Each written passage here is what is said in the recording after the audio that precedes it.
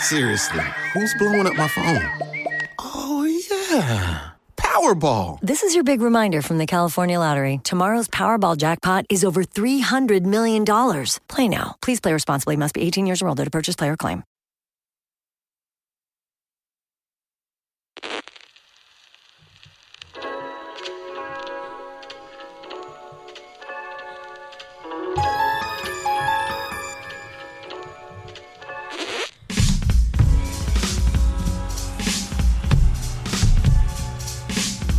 I still don't know how to open up StreamYard. No! Damn it! Why?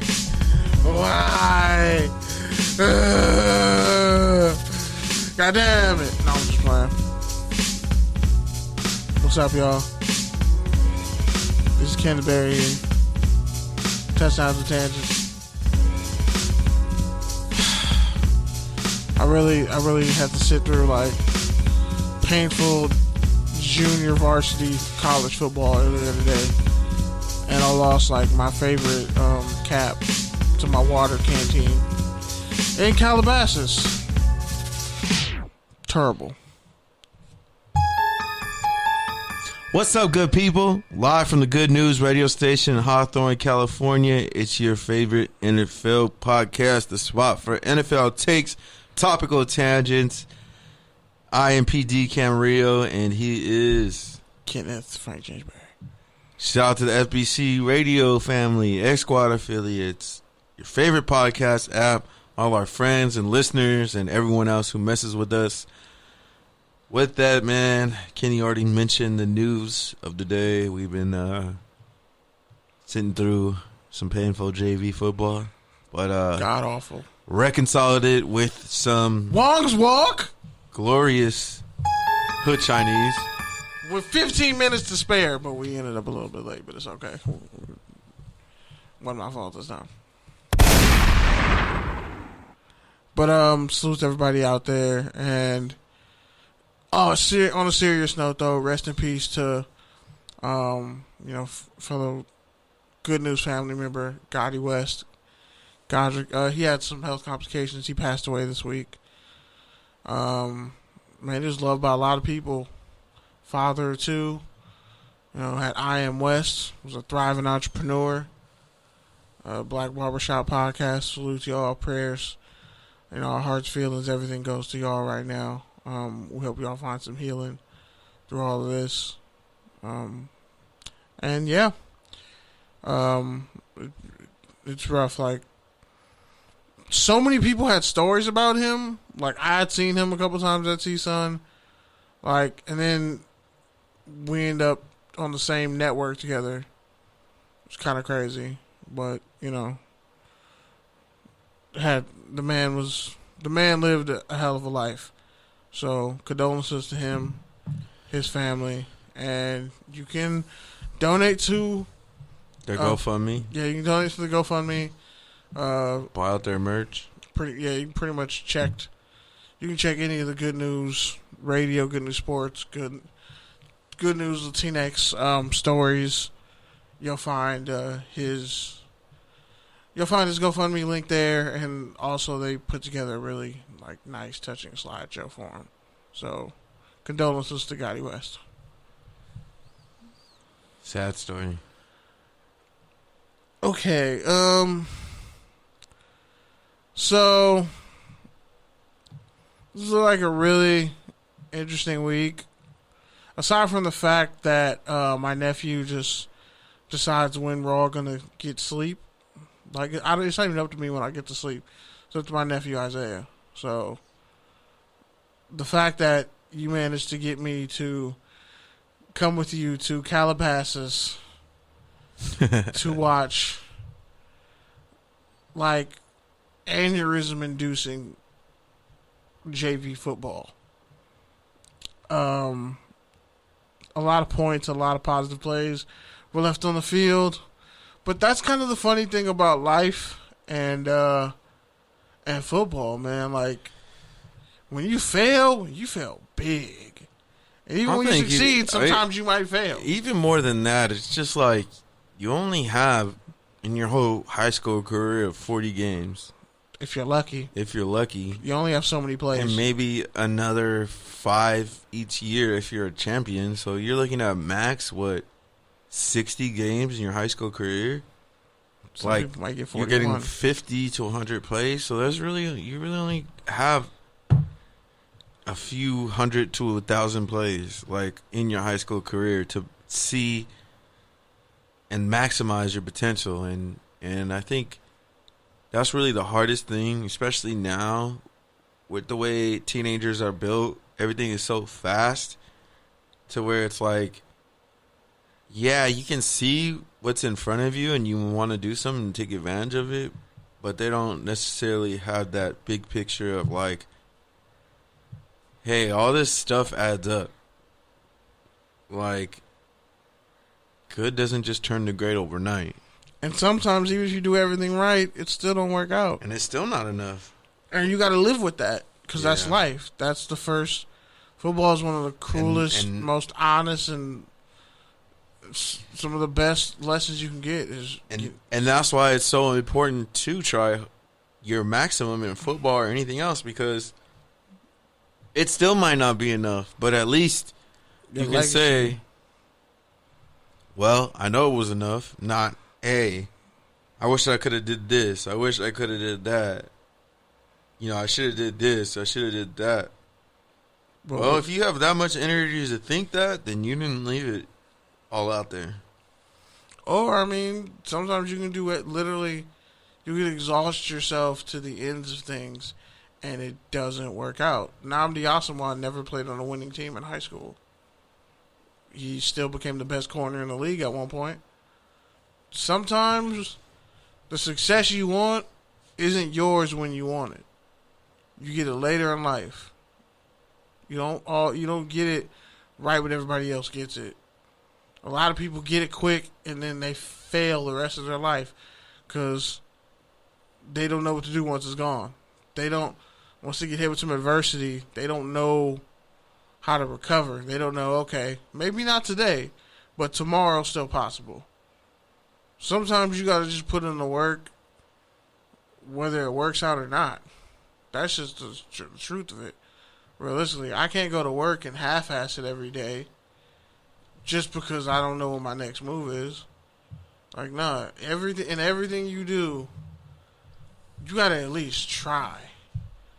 Even if you're scared, even if you're reluctant, you don't know, you got to at least try. But I think the other thing that kind of gets lost is it's not just about trying the obvious way. In terms of a podcast, you can try by recording and broadcasting and putting it out. Sure, that's all trying. But there's also plenty of trying that goes into the preparation of it, that goes into the post-production of it.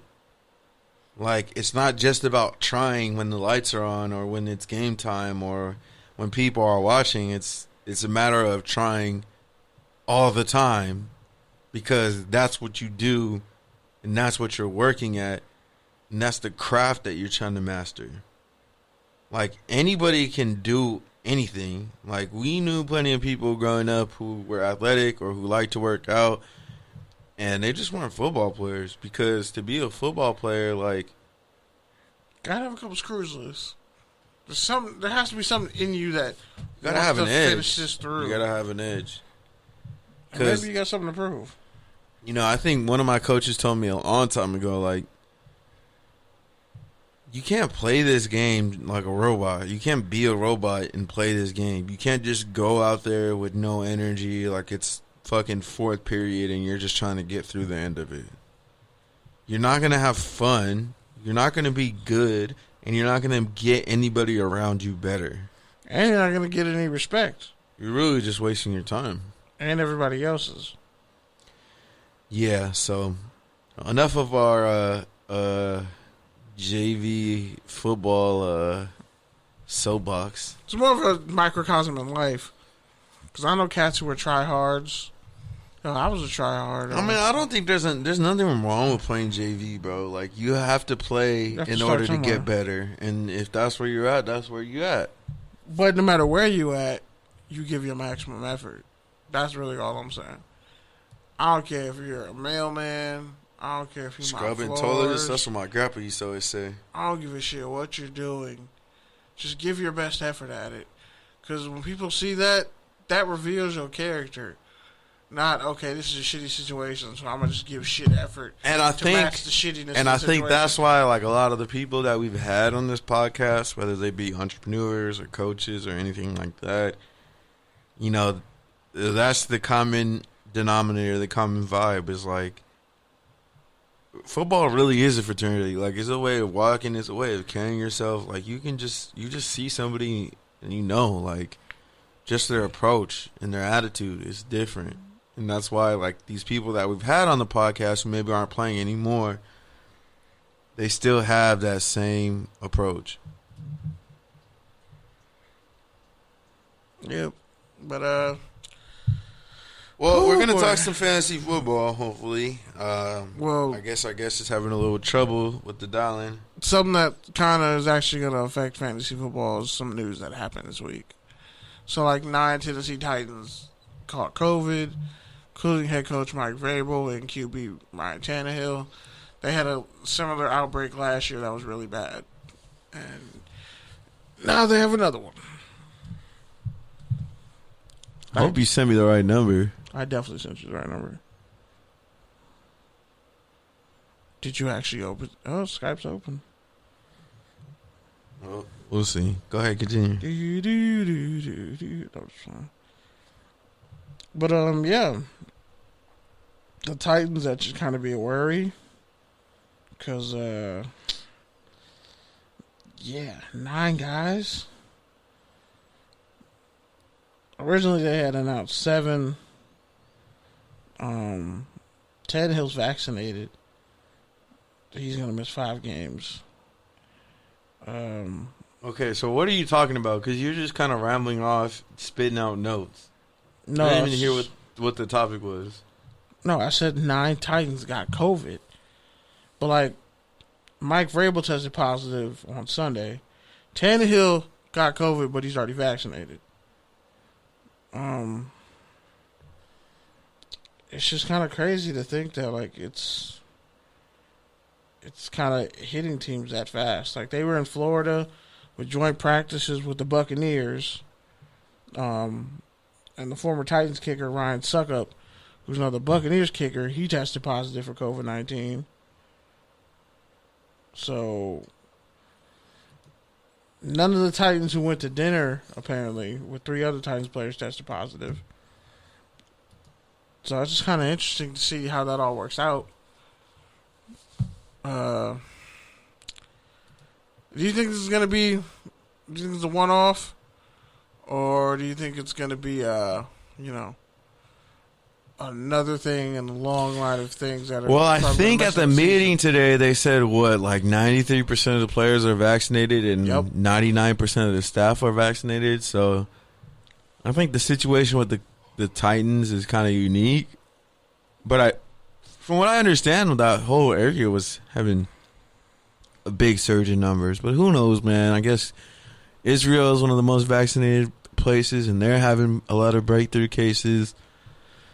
But the NFL did come out and say 95% of the deaths from COVID have been unvaccinated. So they're saying we don't want to leave any sense of doubt the vaccine works, and we're relying on it. And Pfizer's now 100% approved by the FDA.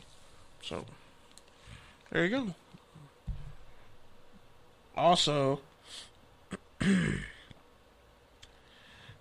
when I told you that Urban Meyer wasn't going to work out? There's already been a gang of reports about people not... Alright. Hello, caller. What's your name and where are you calling from? Hello, how you guys doing there? This is Mike Hill, EPG, calling from the freeway, actually. Just wanted to call in because I heard you guys bring up the Bucs, the Titans, and stuff that's going on with COVID over there. But it's one team name that I haven't heard yet, and I'm waiting to hear you guys bring them up and talk about. Do they have a number 2 receiver? Value. Who's the number 2 That's receiver? what I'm asking you guys. Didn't they cut another corner? I'm asking you guys. Is there a number 2 receiver that has any fantasy football value with the Kansas City Chiefs? I mean, Travis Kelce, because we all know the number 1 receiver is Tyreek Hill. Well, did you see that thing where Marcel Hateman, he put that quote of the Chiefs saying they needed a number 2 receiver as his default pick? You mean McCole Hardman? Yeah, there you go. Wow. Sorry. You butchered his name, dog. My bad. He said Marcel Hageman. I was like, who the Oklahoma State receiver? Who plays for the Raiders? We all know I can't talk. But I just don't. no, so you guys don't feel there's any value drafting a McCole Hartman or like a DeMarcus, Robinson? DeMarcus Robinson. Should people avoid number 2 receivers?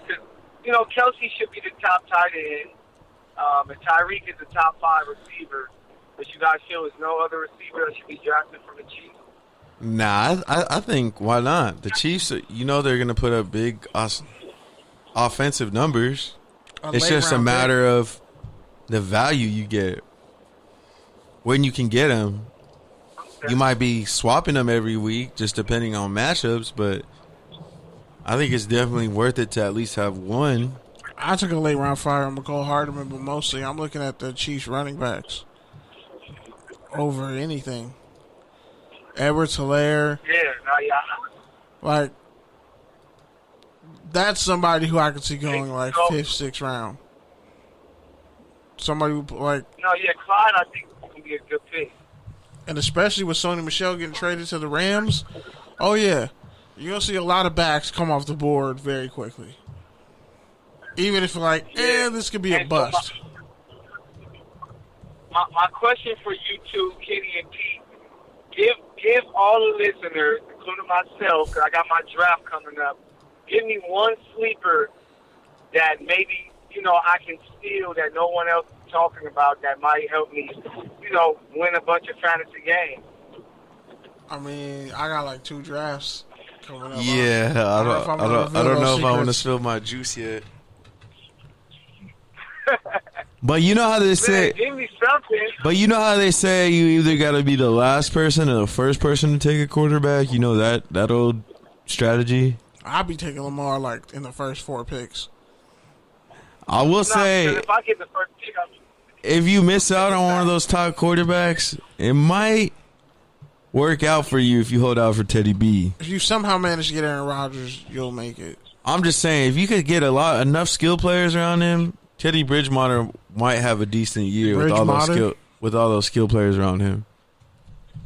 Say Bridge. Sorry, dude. I'm trying to manage 3 different conversations right now. It's kind of funny to watch. So that's a good one, but not that's all I was calling for, man. I got to bring up my Chiefs and looking for a fantasy steal. Sony Michel. I got some good money on the line. That was the name I was thinking. Sony Michel was around. So Teddy Bridgewater might be a solid one. Or, and I can't believe I'm saying this, because I would never pick the Lions in any other circumstance, DeAndre Swift. Swift in that offense, if they're actually going to run some power smash mouth football. You got Penei Sewell, the first round pick. If you're going to pick a team, Swift might surprise some people. Might be a good 8 to 10 points a game. Okay, perfect. So, thanks a lot. And I hope y'all know I just ruined Kenny's draft because now all his buddies know he's looking at Sony Michel. Or maybe I said that on purpose. Just to mess with you. All right, man. But not factually true. Have a good show, guys. All right, well, stay tuned because we're gonna have a real fantasy guest come in and give some real good advice. So, can't wait, bro. All right, peace. All right, later. All right, well, that was the station manager, PG. Shout out to him for listening. I just sent our guest a Zoom link, so hopefully he can get in here. We'll see how that goes. To be continued. Well, oh yeah. So on to that next story. So it's bad enough that Travis Etienne, first round pick running back out of Clemson, former Clemson teammate and current teammate of number one overall quarterback Trevor Lawrence, who got no help in that preseason game. Yeah, Travis said that he had a pretty much a Liz Frank injury. Broke his foot. He's out for the year. Really unfortunate. He has a serious Liz Frank injury. And for a running back with his kind of speed, a Liz Frank injury could end your career. And once you break your foot, as someone who knows personally, never really comes back the same. Which kind of really sucks. But then again, it doesn't. But in his case, it definitely sucks. Because running backs going in the first round, that's not going to be the trend this year. I don't see it happening. It's kind of more like these guys were so productive, they have to go first round. Najee Harris and Etienne, I mean. And the fact that people are complaining on the team already that Urban Meyer, they're not liking some of his tactics as a coach. I'm going to read a line from the story. It says, one of his assistants on the field during practice with a boom mic telling everybody to hydrate, hustle, and get to the next series. Pete Prisco said, obviously he's a work in progress. He's been a good football coach everywhere he's been. It's a lot different when you recruit guys to your school and you've got a bunch of players, the 5 stars, than it is when you're trying to rebuild something. So, yeah. Sometimes, when you think you're winning, you're actually losing. And other times, maybe you can lead the horse to water, but you really can't make it drink, can you? So, yeah. Not looking too great for Urban Meyer. Especially after he pretty much just left Trevor Lawrence out there to just get beat up. And then it took forever to make him the starting quarterback over Gardner Minshew, who he knew he wasn't going to use. There's just so much done wrong in this situation. So we'll see. Gets me tight. All right, so we got someone on the line right here. See if we can get him in here.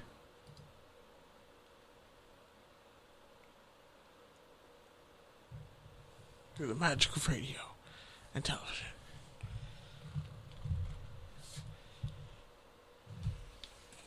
There he is. Hello, caller. Where is your name and where are you calling from? What is your name? I'm sorry. That's all good. My name is right here, and that name is Kyle Senra, calling from Canada. The city is Sudbury, where I live, and happy to be on. Happy to talk. What's up, Kyle? How's it going? Doing great. I know referencing the fact that the full press coverage connection, it's close collaboration, so I'm glad we're able to talk voice to voice. Yeah, so for those of you who don't know, Kyle here, he covers the Packers and fantasy football for one of our network affiliates, Full Press Coverage. So happy to have him on here. Real quick, just to start things off, what has been the worst advice you've heard about fantasy so far in this whole preview season, and what has been maybe the most underrated advice you've heard that maybe people aren't taking as seriously as they should? And I mean, it's tough to pinpoint worst. This one's fresh because I just heard this, I think, 2 days ago on a podcast, but someone had Dallas Goedert as a top 4 tight end. And they were basically trying to argue against Mark Andrews being there as to why Goddard should be a top 4. And, a lot of the reasons they were discounting Andrews, low volume pass offense, worried about the quarterback. It's like, these are the same concerns that with the Eagles and Hurts and Dallas Goedert, and seems even more crowded and less obvious. Andrews, we've seen him get last year, I think it was 80 targets. And that was considered low. he had 7 touchdowns last year, and we were all disappointed because that was low for him. So, I'll take what Andrews has done. I think over Dallas Goedert. I think going too early in drafts. Where he's going, it's making the assumption that he's going to be the top target on the team, or at least close to contest for that. And I'm not quite sure that that's going to be the case. I'm not even sure that he's the top tight end on the team. So, Goddard's not someone I think I'm going to get very much of. So, would it just be the safe bet to stay away from any Philly player not named Miles Sanders? I don't mind Devontae Smith's price, I think, because I think what I'm seeing in drafts, Goddard's usually going first, whereas I almost think the smart money is to say that Devontae Smith is going to lead that team in targets. So I'll be honest, I'm not crazy about really any of the rookie wide receivers this year, but he might be the one whose price might be the best. So, Sanders and Devontae Smith, those might be the only two I'm really interested in, though, to be fair. And I mean, Hurts, depending on the format, Superflex, certainly I think he deserves consideration. Interesting. I mean, their defense ain't looking so great, but just from watching Devontae's first catch, he's definitely lightning quick out of his breaks. So they got something going there. Hopefully they don't make Joe Flacco the starting QB. But then again, if you have a defense going against the Eagles week 1, you're probably excited. But I think Hurts can still do well fantasy wise, but also turn the ball over, right? I mean, a lot of his success will be tied to his success on the ground, getting rushing yards and rushing touchdowns. So even if he throws an interception or there and hurts the offense and helps the opposing fantasy defense, I think he can still have a good fantasy season. So that's why I'm a little more confident again in Hurts, especially in Superflex. Like there's the big Scott Fish Bowl. I'm not sure if you guys have heard of that, but it's a massive tournament. I think this year there's 1,900 people in it, and each divided into 12-team leagues, so you end up doing a 12-team draft as normal. But it's a Superflex league, so Superflex meaning you can start up to 2 quarterbacks. Anyway, in that league, in my league, I took Jalen Hurts in the 3rd round as my second quarterback. So, in a 1-year, 2021 only, I have confidence in him. Is he the long-term answer with the Eagles? In dynasty formats, I'm less likely to be as aggressive on him, but certainly for this year, I really like Jalen Hurts and what he can do fantasy-wise. And since we're broadcasted on the Good News radio station in LA, which quarterback do you think has better value between the LA quarterbacks? Is it Justin Herbert? Is it Matt Stafford? Both really have a lot of high expectations coming into the year. Do you like either of them as your fantasy quarterback? So I think my answer would have to be Herbert. I have been aggressively kind of taking him.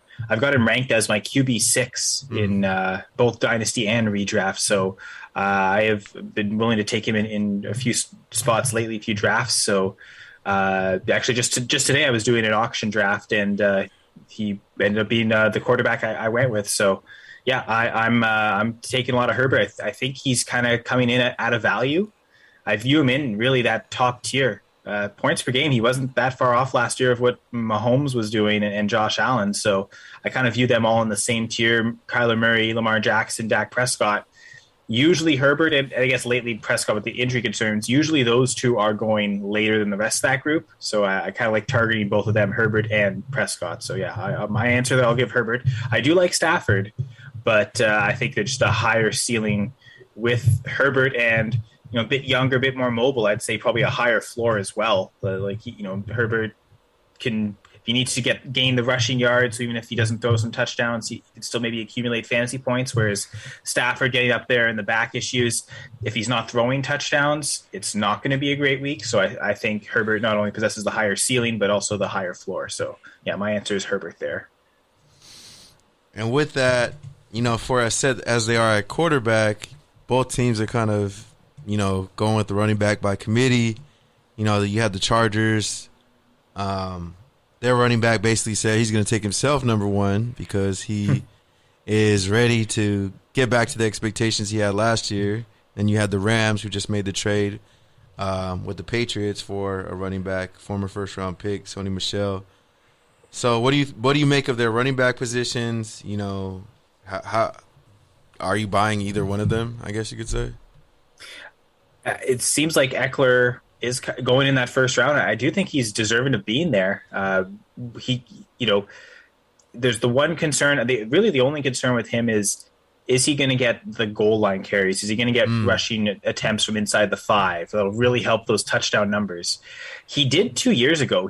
Melvin Gordon's last year with the Chargers, they really split that role. But last season, I think I have those numbers somewhere, but I believe he only had 2 carries inside the 5, and there was a big stretch where he was injured as well. But even when he was playing, they really gave that role to other players. We saw a lot of mostly Josh Kelly and Kalen Ballage were the 2 that really got that role last year with the Chargers. So that's really the only question, because we saw with Herbert, he'll still catch passes. It wasn't just a Phillip Rivers dump off because he doesn't have an arm anymore thing. Eckler was still a target there, and I guess maybe that was the concern. So he shows that top 10 floor of he'll catch a ton of passes, and if he can get that touchdown upside, then he suddenly gets that top 3 running back. He's got that chance at that. So, yeah, I think Eckler going in the first round is a fair price, so I'd be willing to take him there. And you look at a guy like Aaron Rodgers with the season he had last year, and I'm not just saying that because I drafted him last year and I had him on my bench.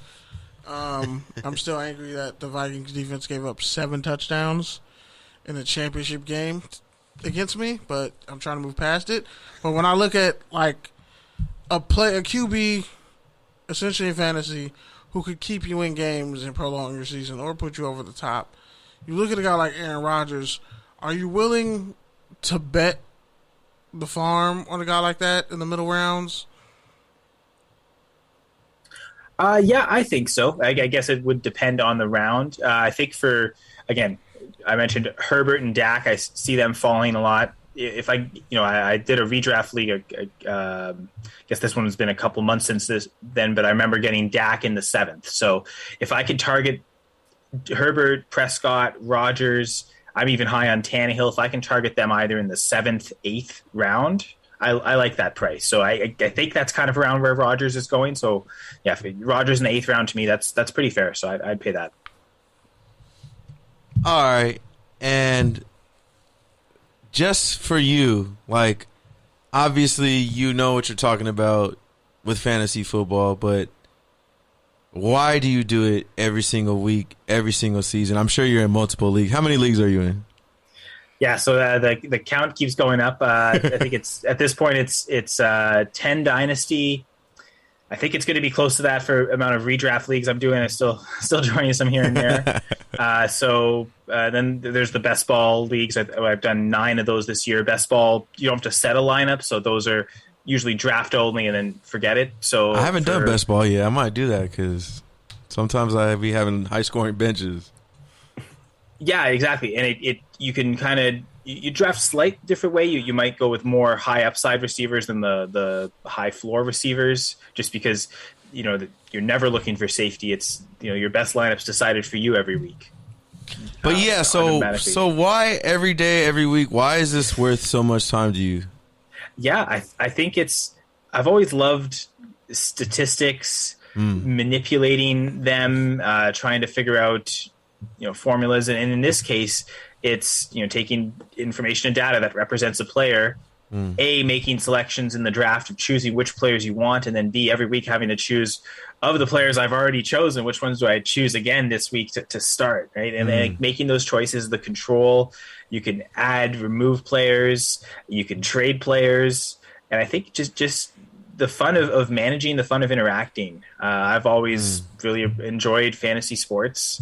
And, to me, fantasy football has been the most fun fantasy game that I've found involving sports. So I'm glad I get to keep doing it. And now I'm glad I get to, come on here and talk about it. And thank you for giving me this opportunity. I always appreciate it. No worries. Anytime. Go ahead. And, with receivers, obviously, like, look at the Packers, superstar all-pro receiver, Devontae Adams. But they haven't really had a trustworthy receiver, maybe since Jordy was there, while Devontae was still kind of blossoming as a number 2.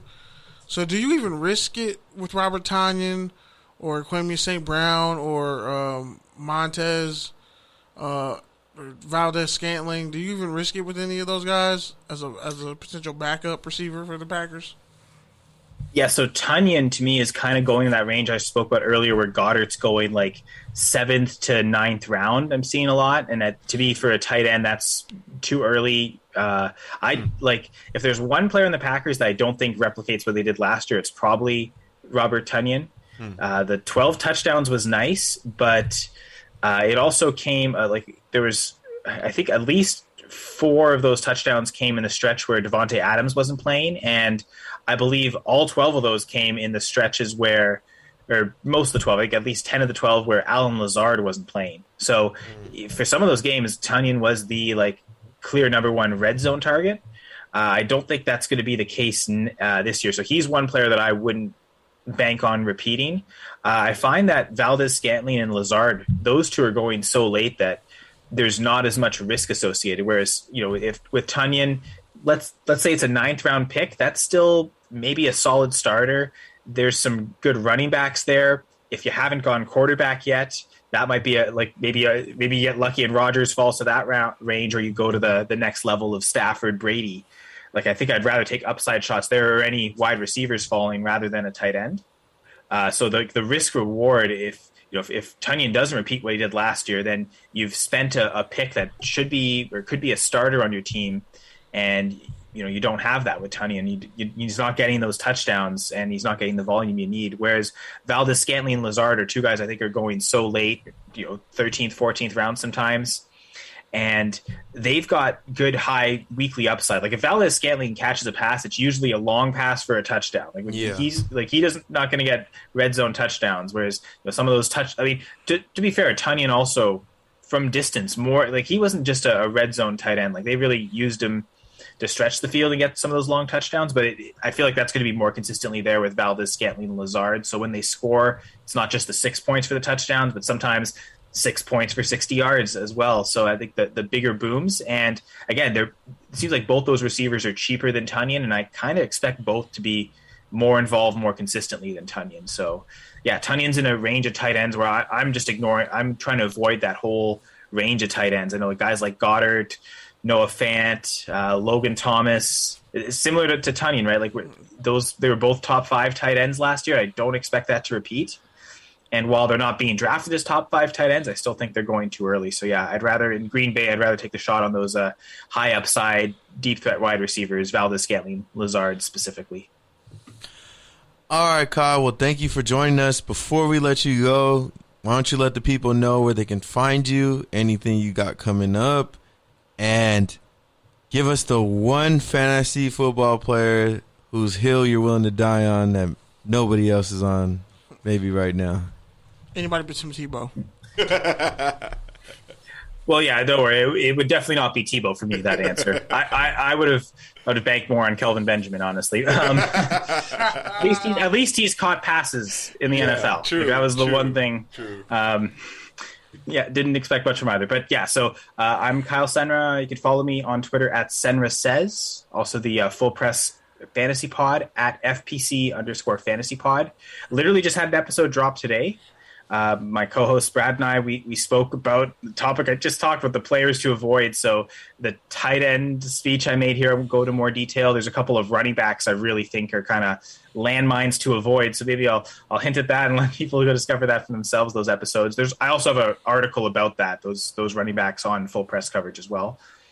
Speaking of articles, again, I'm up in Canada, so I'm a big fan of the CFL, the Canadian Football League, and I also play CFL DFS. So I for the website I write for, Going for Two, I write a weekly DFS article for the DraftKings prices that week for their CFL contests. So every week I just talk about quarterback, running back, wide receiver, who I think are the best value plays. Some weeks it's okay, pay up for this position, pay down at this one, and just trying to make the puzzle fit. So I have a lot of fun in a lot of different fantasy formats, and again, really appreciate the opportunity here to speak to more people.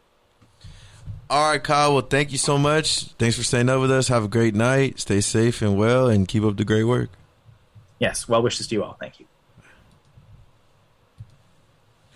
All right. Well, that was Kyle from the FPC Fantasy Podcast. as well as FBC Raiders. And Sage's advice on Green Bay Packers skill players, because that's been a common thing for years. I like the objectivity. Because I would have been like, yeah, totally go for it. Even though, his skill players usually... Go ahead and reach for a Tunyon. Go for it. Do it. Just go for it. If you feel happy. If you missed out on, Waller, you missed out on the big three, then the two hybrids, that one's... I don't know. I would rather pick Dallas what's his name? Dallas Knox? I think it's the tight end for the Buffalo Bills, Dawson Knox. I trust him more than I trust Tanya. But yeah, for those of you out there trying to win some money or trying to win some bragging rights in your fantasy league, Touchdowns and Tangents crew is going to be having some more fantasy football for you this season. So I'm sure we'll be hearing from Kyle and other people in the fantasy football community. Tap in with us at TDs_tangents. And so, yeah, with that, Kenny, do you want to segue to college football? Yes, indeed. All right, so... Conference realignment. The Lions. SEC. Such a corny-ass name, too. Like, I was kind of annoyed when it's not a alliance, it's the alliance. Yeah, because there's already the American Alliance Conference. Well, here's the thing, right? So, the Pac-12, the Big Ten, or was it the ACC? All got together and like, look, we're going to just form our own super conference and shut out. Because it's honestly... How can I put this?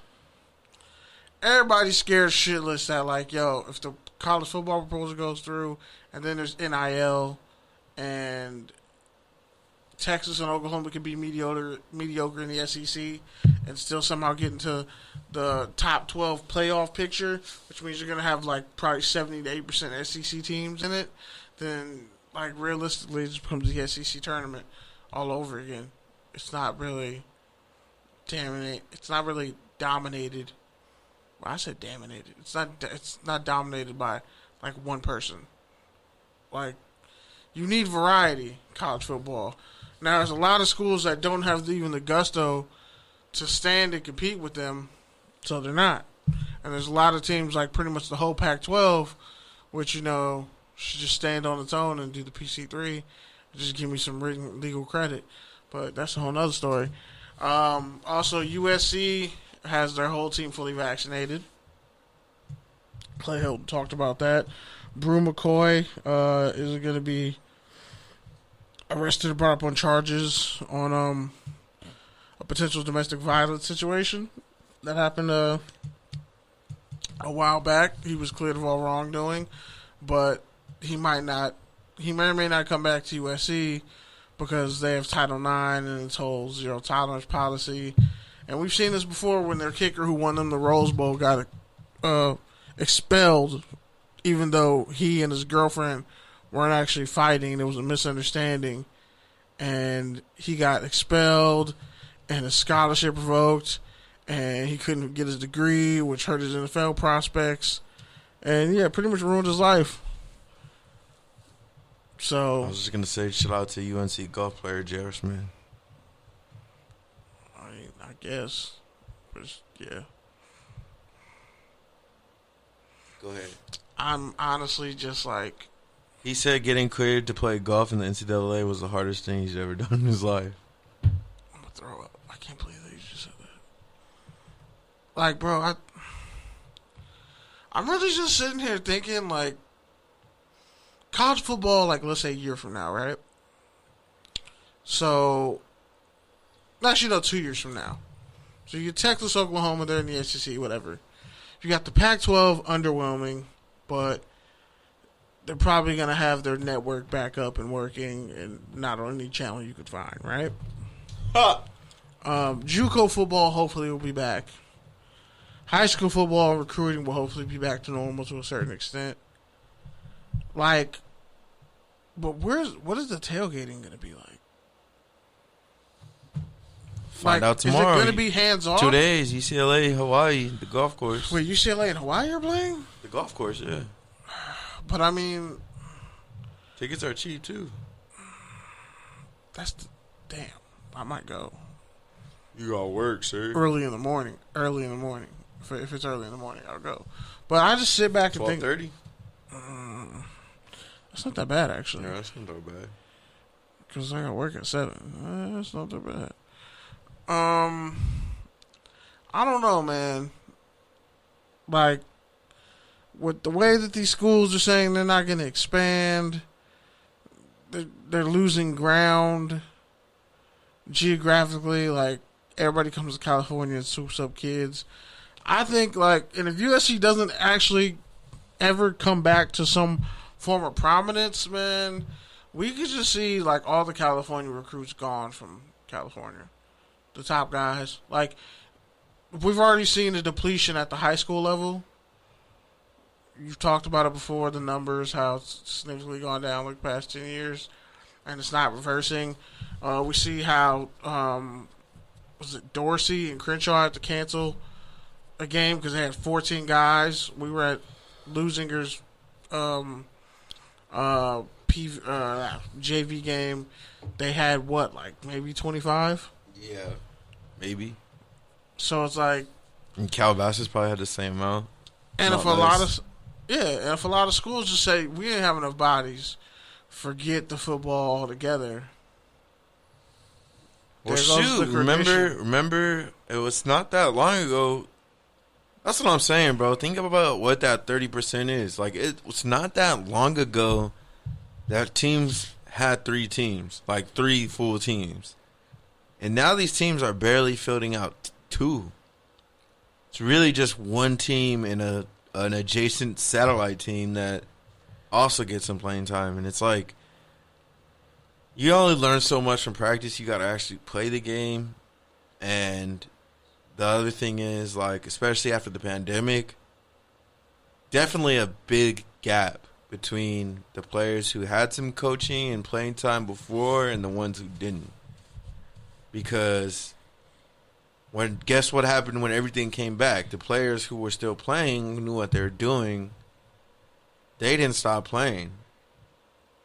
And now, basically, that gap just keeps growing exponentially, and it's crazy. It's going to be the same at all levels, honestly. You're like, this is going to have a lasting effect. It's going to keep moving up.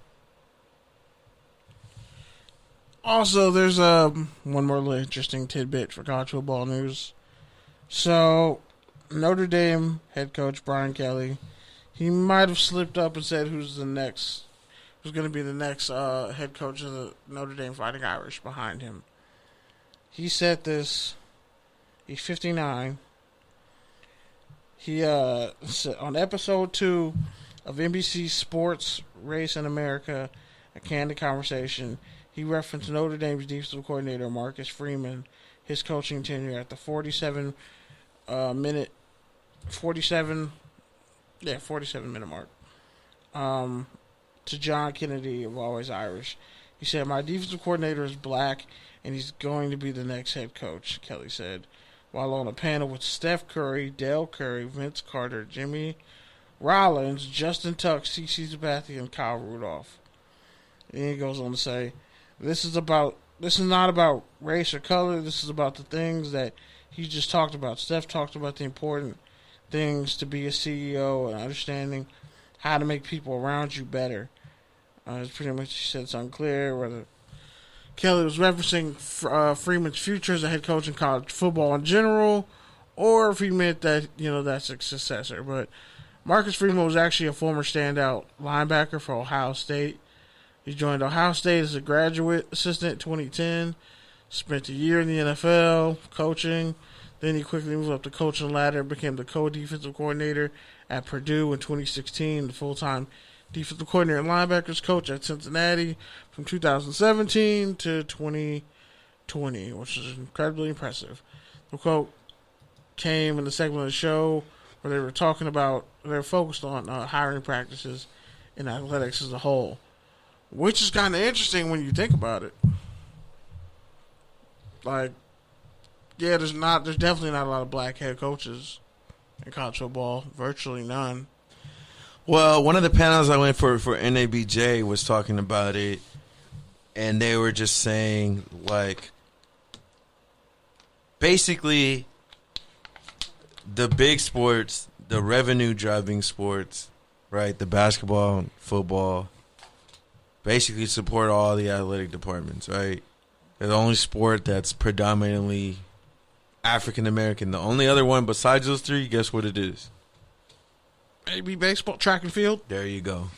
And that's not much revenue. Track and field is the only one of those sports that's predominantly black and doesn't generate revenue. Well, it's and cost guess efficient. what? And guess what? Track and field is disproportionately cut and defunded compared to your lacrosses, your golfs, your hockeys, all these other sports that don't generate revenue, probably cost more money, but hey, they're not predominantly black, so they get to stay on the campus. It's like it's all the Olympic sports. That's telling you something without telling you something, right? Which is why I said a while ago that black people were socially conditioned into playing football and basketball. In UCLA, there's only 7% black people. It's an outrageously last class, low number. I just watched the video as part of the presentation. It was like the last class, freshman class, had of athletes had 35 black people or something like that. And most of the black people that are at UCLA are all athletes. And most of them don't graduate. Exactly.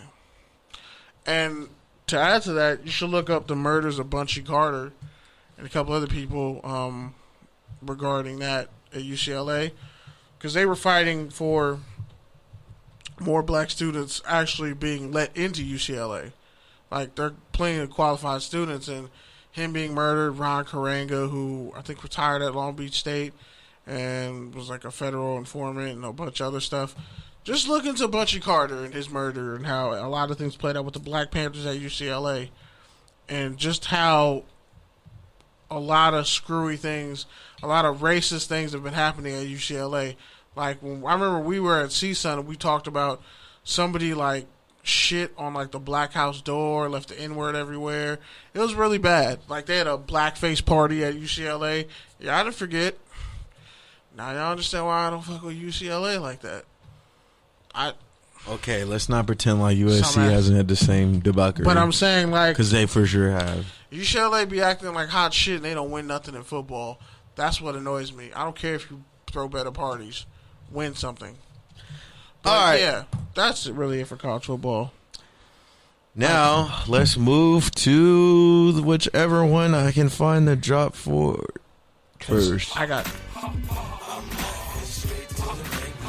That's actually a good lead-in for my first topic. For whichever one you hit first.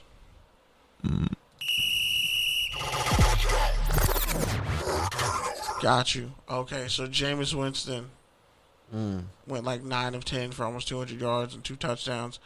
I think it's Marquez Callaway, former Tennessee standout. 5 catches, 104 yards, 2 touchdowns. I didn't even know he caught the first one. I thought it was incomplete. I'm pretty sure you tried to... what's a good word to say hanging or crucifying without saying hanging or crucifying? Actually, it was more I was about to kind of hang. What's a good way to say hang or crucify someone without saying hang or crucify someone? I guess you have to I don't know. I probably know it. I'm just too close to it. I'm too close to the blast radius. But no, drag? I guess you could say drag. You drug them. You read them. You try to drag me for Marquez Callaway multiple times. That's such an obscure reference because you never watched Tennessee football. Yes, I did. Bro, I was like, he's fast. At the NFLPA Bowl? And you were like, oh, that's it. You don't have to be fast necessarily. And then when he got cut 3 times, you were like, I told you. I was like, wasn't he in the XFL? He might have been in the XFL for I a little bit, don't think he was too. in the XFL. Now you pick one guy, you just... hold on to him for dear life. You never give me any credit for the shit I do be hitting. You don't watch college football. Okay, and I still be hitting. You didn't even know about Demetric Felton, bro. I definitely don't watch college football. Right in your backyard. You don't watch UCLA All right, go football. ahead. Can't name a UCLA receiver. But nah, damn. You don't remember what second. No, Jameis Winston. No, it's touchdown or turnover. So, Jameis Winston won the starting job, even though Taysom Hill also threw a touchdown and played really well. They said either way, Taysom Hill is going to be in the offense, so I'm going to say it's a turnover. Touchdown or turnover for Jameis not being named the starter yet? I'm going to say it's a turnover for Jameis because either way, they're going to try to work Taysom Hill into it. And I don't know. I feel like on one hand, this has been good for Jameis because, like I said before, like you can just see it in the transformation of his body and even his attitude. Like he's been even the way he posts is a lot less attention seeking, I guess you could say. Mm-hmm. I just feel like he's matured a lot overall as a player, and like it's a lot coming into a losing organization as a number 2 pick, and then all of a sudden everyone's trying to build around you.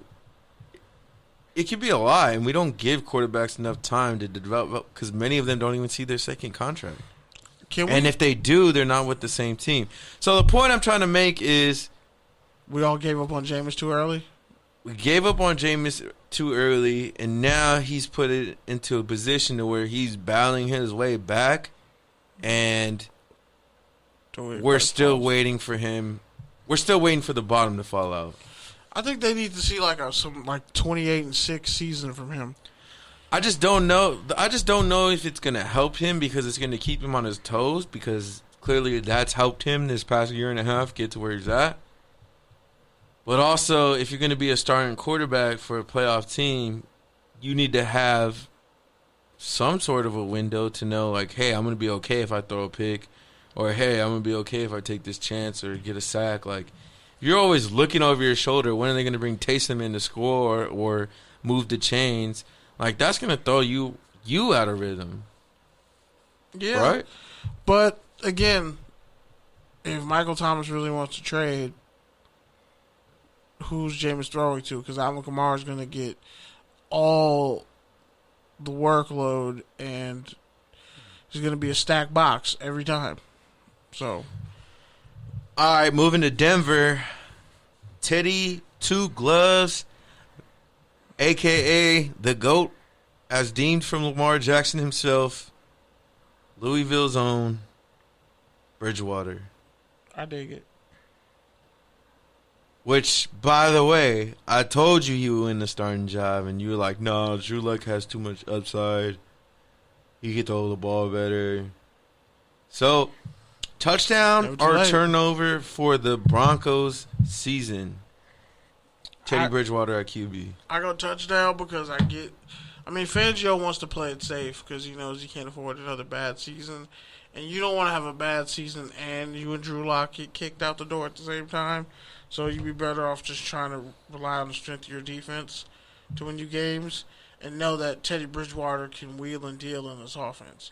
He doesn't necessarily have to throw it deep downfield, but as long as you can get the ball in the hands of the playmakers you have on that roster, then it's a go. All right. We already talked about it a few times throughout the show, but the New England Patriots sent former Georgia running back Sony Michel, first-round pick, went of 4 2018, picks. Went 4 picks ahead of Nick Chubb, to the LA Rams for a 4th-round pick and a 6th-round compensation pick. So, touchdown or turnover for the Rams getting Sony Michel? That's a definite touchdown. He's exactly what that offense needs. He's better as a zone runner. Trying to pound him inside and run power, that's not his deal. He's a glider. He's more north than south. I've always liked Sony Michel. I thought he fell into a good position, except for they just had too many backs and they didn't really have an offensive identity. Yeah. So they were just kind of trying to take the best player available. But now I think he's in a good spot, and we know how Georgia running backs go in L.A. So especially in zone schemes. And let's see. Do you have one? I'm going to save it for Take Your Tangent. All right. Let's move to Take Your Tangent. As soon as I can find it.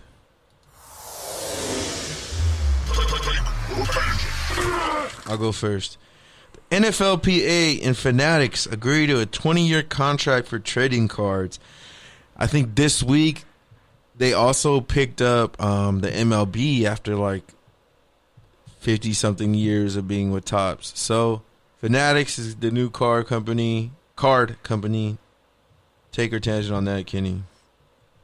I mean, those NFT cards is going to be worth more money. A lot of people were out in outrage, and all I would say is, if you have all those Topps cards, don't they go up in value now that Topps doesn't make them anymore? So, like, really, what are you complaining about, But bro? nobody wants them anymore, then they're utterly useless. Yeah, but I'm just saying, if they're not in production anymore, then all the other ones should go up in value.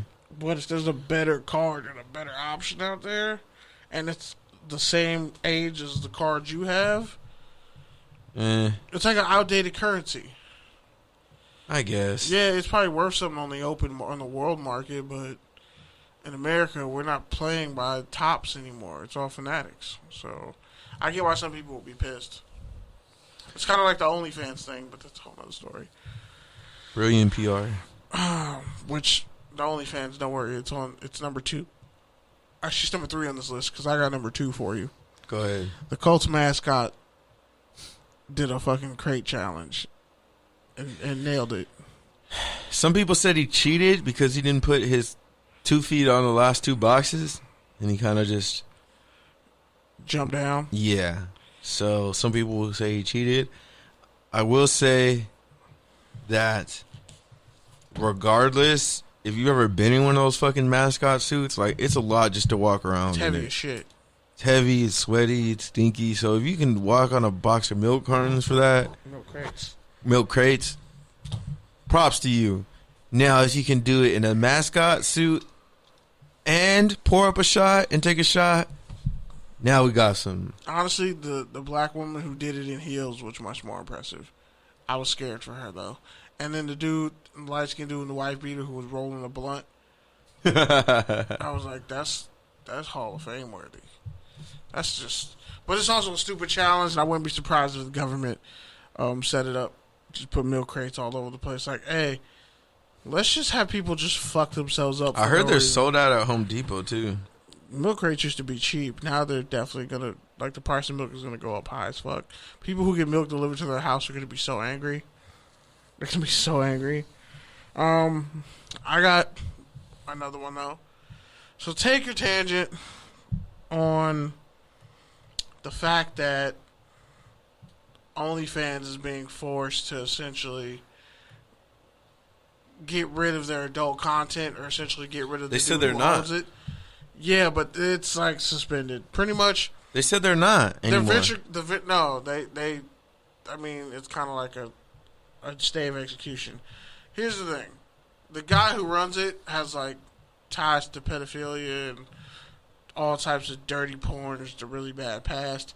And, like, for them to get real venture capital, OnlyFans wants to get rid of the adult content and have, like, OnlyFans TV for, like, Apple TVs and shit. Like, they want to get legit and get away, because a lot of places won't give you, like, venture capital. They won't give you the money if it's, like, adult themed, because it's... This is what I said last week, but as of this week, they said they're not doing that anymore because too many content creators were like, we'd be we're out. unemployed. The whole reason why we came to you was because of this. And now... Is this the end for OnlyFans? Like, the beginning of the end? Like, is this worse? I'll put it to you this way. Dogecoin crash? If the OnlyFans would have proceeded with that, that would have been the death of that whole saying, niches get riches. Because OnlyFans found that niche, that pocket of adult attainers who were getting exploited by Pornhub, not getting any money from that or social media, where they were just putting out their content. Yes, it's sex content, but it's still content. They were just putting it out for pennies.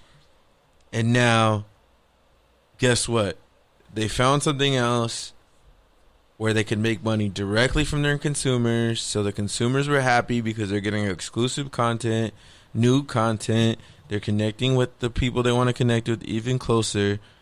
And the porn stars and adult entertainers were happy because It's all cash, prorated cash they can count on every month. But also much better than clicks. People play with cryptocurrency. The crazy thing is you got to understand is like this. The whole internet is business up until these past 3 years was basically built off of porn. Yeah. Like the internet publishing business, all the ads, the third-party tracking, the pop-ups, the banner ads, all that stuff came from porn. Right? And now porn is going the other way and taking what the publishing model has found successful, which is subscriptions, and that's pretty much what OnlyFans is. So what I'm saying is OnlyFans fans found something that works, and I get it. You want to scale it, make it bigger, make it better, make it into its own brand, make it legit, all the things that you're saying. But you got to find a way to do that stays true to the people who are using you to get their content out and get money back, as well as the consumers who are paying you a cut of their money to connect with their favorite adult entertainers. So yeah, you just gotta think a little harder. It's not as simple as, oh, we can just ban this or not. But like, I think they're gonna. If you look at a lot of places that went legit, they got rid of adult content so they could actually get more money because you want to avoid the Twitter is a public company, and Twitter definitely has Twitter porn there. Has mad porn. Twitter has an uncomfortable amount of porn on it. Like one wrong accidental fucking. You go down the rabbit hole That's on Twitter. Your algorithm. What you looking at? No, just in general. Like you say, search. Yeah, it'll say trending, and you're like, okay. You go into a meme, and the next thing you know, like, well, how the fuck did I end up here? All right, next one. The big news this week or the past week and a half, really. Clemson running back. How do you say his name? Travis Etienne. Is going to miss. I said that already. Most of the season. The whole season. Liz Frank injury. And his backup was actually one of the best rookie running backs last year. James Robinson, undrafted out of South Illinois State. So he moves back up to the number one spot after 1,400 yards from scrimmage, 1,000 rushing yards, second most ever by an undrafted rookie. So take our tangent on Robinson being the starting running back by way of injury despite such a great year. He was always going to be a starting running back. Etienne was going to play receiver. And again, I blame Urban Meyer on how he's handled this whole situation, because they said he's getting mad about preseason losses. Bro, they don't count. And it's like the starters weren't playing. It doesn't count. Trying to get Trevor Lawrence killed by the Saints defense because you have no receivers who can get open. The O-line is patchwork somehow, even though Cam Robinson was looking promising and other guys were looking promising. And boy, whatever happened to Taven Bryan? That name. Whew. But all I know is, yeah, you got to get Urban Meyer the hell away from Trevor Lawrence, because this is going to deteriorate into an Alex Smith situation. Like, I'm talking not 1-11, but I'm saying he going to get killed his rookie year. 17 games, too. He not used to losing. I mean, yeah, Clemson's O-line was kind of towards the end, but he didn't really get hit a lot. But all it takes is a torn ACL, and then you got Gardner Minshew again. Yeah, but it's not as easy as just, let's throw a bubble screen and we have way better athletes on the outside. You can't throw a bubble screen to Laviska Shenault. It's not college football anymore. That's what I'm saying, yeah. Like, I was like, bro, he was a downfield threat for a reason. Get him the ball. Like, develop these receivers. It's not that hard. Like, I can look across the league where everybody else is being developed. I can look at Miami and see how they've gotten better, even though their receivers are, like, Jalen Waddle had a scary injury, but he ended up being fine. Like, you look at all these teams that can get receivers and develop them. I mean, other than the Ravens, it's kind of ridiculous at this point. The Jaguars had receivers. They had Allen Robinson and Allen Hurns. Let them both walk. You got DJ Chalk. He has a broken finger, so he's out till I think the first week. Like, it really comes down to a point where it's like, okay, bro, you got all these injuries. Urban Meyer, like, is gonna have to. This is gonna come back on him. That's all I'm saying. And if he ends up leaving and saying, "Oh, my mental health was really strained by whatever," if he ends up saying like, "Oh, I need to take a break," like, you know, I'm not cut out for the NFL, he ends up getting fired like 8 or 9 games in, don't say I didn't tell you so, because this ain't gonna last long. Like, it's just like Trevor Lawrence needs help, and I don't see where he has much of it. The Jacksonville defense looks I guess, but even then, Shaheem Griffin was out there getting mossed by Marquez Callaway. So, and Griffin signed a fat contract with the Jaguars. So, I don't know. They better figure something out. But it's not looking good in Jacksonville. All right, one more. Andrew Luck was spotted at a Colorado high school football practice out in the field, manning the scout team. Take or tangent on Andrew Luck being the scout team quarterback. Bro, he's throwing bullets through people. They're printing the guy to take off and run. They said everyone was trying to get picks off him just so they could say they picked off Andrew Luck. You see what he did to fucking Nickel Roby Coleman when he picked him off in the USC game? Or no, it wasn't him. It was the safety. He knocked. It might have been T.J. McDonald. Andrew Luck is big, dog. He might have been T.J. McDonald. He knocked somebody the fuck out, and they fumbled, and then they got the ball back. Like, Andrew Luck is not sweet by any sense of the imagination. Like, he was a brick house. There's a reason why I think he almost ran the same 40 time as Cam Newton. He was only a couple seconds slower. He ran like a 4.62, I think. Like, Aaron Rodgers ran a fast 40, and he had arm. Like, he would thrive in this shit. He was thriving with the Colts, even though he was getting killed every week. That's what I'm saying. This could be a Andrew Luck situation. But all I know is he had to tear away pants that you had, like, in middle school. You just unzip them and boom. You ready to go fuck something up? Or get your, like, don't get your pants dirty. You don't have to get ready if you stay ready. Exactly. He had like the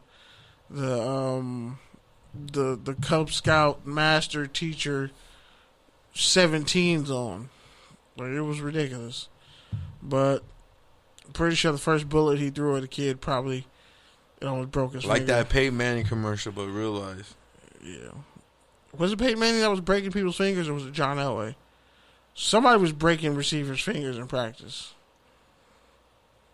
I was just referring to that commercial.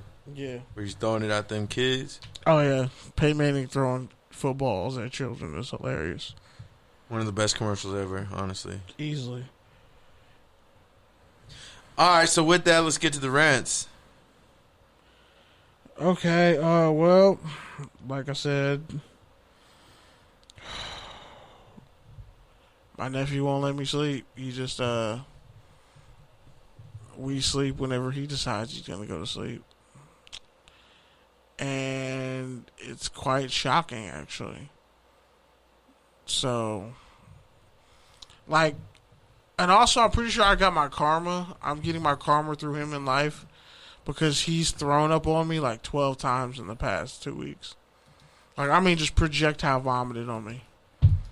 And then started laughing like nothing happened. Just wait till he has to play JV in Calabasas, and you're going to be riding there and be like, God damn it, this is my karma for talking all that shit 10 years ago. Nah, he's never going to lose her, ever. I don't give a damn. But, yeah. It's been an interesting week. So, I'm going to just say this, man. Sometimes, and I do mean sometimes, when you think you need to have the world figured out, some really dumb shit happens and you just laugh and say, you know what? The universe is right. Not going to say my plans because If you want to make God laugh, what do? You tell him your plans. Sometimes you gotta let shit happen. You just gotta let shit happen. You can't even try to force it. Because the moment you try to force some shit, sometimes you're forcing things to happen in a positive way, but it's coming from a dark place and you don't realize it. It's coming from a place of lack, potentially. And you think that your attitude or your amount of overcompensating for lack with willpower and thinking that you can force and will things to happen under some toxic circumstances, or you just want things to happen for you and you're not looking at the bigger picture of life. Sometimes it can hurt you, and if you don't just accept that, sometimes it can hurt the people you care about. So just be wary of, you're not by yourself in this world. So, don't feel like the weight of the world's on your shoulders, but don't feel like you need to solve all the world's problems either. Sometimes shit can just exist in a state of, I don't know. That's it. That's a good message. I'll just end the show by saying that I finally got the privilege to go out to SoFi Stadium this past weekend for the Raiders and Rams game. Shout out to my boy JD Bailey, been a friend of the show, Open Canvas. It's crazy, man. Holy fucking smokes, we really got our fucking money up. It's crazy. I remember piecing up with dude, just to split a fucking pizza, a $10 pizza, and now here we are sitting 100 level at SoFi Stadium, drinking $16 drinks and not caring. It's crazy. But when you get to SoFi Stadium, you can read about my experience on Full Press Coverage, but just to give you the gist of it, it's exactly what you expect and nothing of what you expect at the same time. It's honestly an embodiment of LA. Just the glitz and the glam from the minute you get off your Uber. You see all the big ass lake, you see the NFL studios, you see this big ass stadium, and then you walk in and there's all these corporate sponsorships.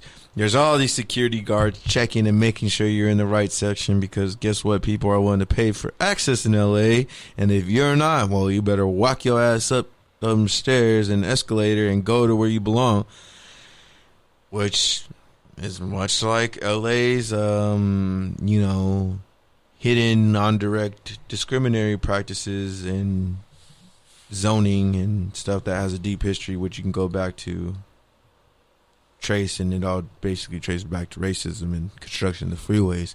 But I digress. Point is, what I'm saying is, all that shit was true. The stadium is a lot. It's all over the place. People don't know where it's going on. It's hard to get in and out. You could literally say that about any single thing in LA. But when you get to your seats, when you finally get there and you see that field, how close it is, when you see that fucking science fiction brought to real life video board that's like a fucking halo, it's dude, where am I? Am I in my TV? It's literally 4K in life. The colors, the lights, everything. It's honestly the greatest football experience, minus the teams that play there. And I think the game I had the privilege of going to, the Raiders and the Rams, was the perfect indicator of that. Because guess what? There was silver and black everywhere. I was talking mad shit. I was literally walking up to people, Rams fans, and saying, damn, dog, imagine only being down 7 in the Super Bowl to the Patriots and then losing. All you needed to do was score a touchdown. And they would just get so sad, bro. They didn't even say anything. And then I was like, damn, imagine having the greatest offense ever, 4 Hall of Famers, and losing to a 6th-round draft pick in the Super Bowl. Damn. I'm really surprised I made it out. At one point, I was literally on the concourse just chanting, Anaheim, Anaheim, 80 Angel Stadium. Oh, so Big you're Air. radical evil. Okay, cool. And then at another point, I was literally yelling, "Free St. Louis! Free St. Louis! Free St. Louis!" Oh, yeah, it's gonna get beat up. It was bad, bro. And I was walking up to Raider fans. I was like, "Do you feel that?" I was like, "It's an autumn wind," and they would just laugh. Stupid ass. And I just was walking down the escalator. I was like, welcome home, giving people dabs. I was like, welcome home. And then I was like, don't ever forget, the only team that ever won the Super Bowl here as LA's home team is the Raiders. Oh, yeah, and we won one in the city as the Oakland Raiders. So, fuck the Rams. Oh, That was it. So yeah, some dude I met Raiders even out of offered to sell California? me his fucking Raiders tickets, bro. He's like, yeah, you're a real Raiders fan. You could buy my season tickets for Allegiant. I was like, dope. how He much was is like, that? you got to pay. He was like, you got to pay. I was like, I'm fine with that. Shit, I'll even drive, bro. Bet. How much are the tickets? Yeah. I go in half, bro. How much are the tickets? I gotta text him back. But yeah, man, SoFi Stadium was everything good and bad as advertised. Definitely, if you're in LA, get out there. It's gonna be worth it. Every week, there's gonna be something happening there with the two teams, so it's gonna be dope. I'm excited for it. I'm only a few minutes away, so I'll definitely be indulging in SoFi this year. And yeah, man, as soon as we got off the air last week, Kenny was there. I yelled fuck because last week was Nate Dogg's birthday and we didn't ride out to a Nate Dogg song. And this week was Kobe's birthday. So We're not playing any of Kobe's raps because I'm sorry, Kobe's raps are trash. We love Kobe, but the raps wasn't it. Also, Allen Iverson's Kobe doing work. 2 for 1 Stop, shirt. He's stop. the greatest on that. I'm the greatest on the mic. Oh God, stop! Shut your ass up like you wasn't knocking that. Do it for Kareem. No, Shut your ass up, bro. Kobe rapped. You was walking around to your little Elko orientation, bro, with that shit in your fucking headphones. I definitely. Was. You are lying, bro. You are lying. Bro, you don't even know You are you don't even lying. know the culture of Elko 10 years ago, bro. Shit was different. It was. Bro, I was probably listening to fucking. I was definitely listening to some Immortal Technique at 8 in the morning for no reason. You still do that. Sometimes. But nah, most of I just listen to meditation. Also, shit, I forgot what I was gonna say. Damn it, there's still time. Wait. Again, rest in peace, Gotti West. Salute to everybody on the good news. Can't wait to do this NFL fantasy football season with our fellow Good News Sports shows. It's gonna be fun. I'm gonna win. I'm talking mad shit. Shout out to the X Squad affiliate. Shout out to FBC Radio. Shout out to your favorite podcast Salute studio. Mo Cheese, man. Salute Mo Cheesy, bro. Be safe, y'all. Definitely be safe. Burger King chicken fries I'm are fire. fine. Burger King chicken fries are trash, by the way. And Nate Dogg was a Marine. Don't forget that. He was. And I'm super duper fly. I be the great at this. I know you waited this, and I wanted this. For smarter money decisions, LendingTree can help. With the LendingTree app, you can track your finances, compare loan rates, and find ways to cut monthly bills. Download the free LendingTree app and start keeping more of your money. Terms and conditions may apply. NMLS number 1136. Raising Cane's is celebrating 25 years. That means 25 years of serving over 2.5 billion cooked-to-order chicken finger meals. And 25 years of saying drive-thru rhymes. Lots and lots of times. Oh, and 25 years of the same mascot. Okay, different mascots with the same name. And 25 years of serving our communities. Thanks for making us your chicken fix since way back in '96. Raising Cane's, 25 years, one love.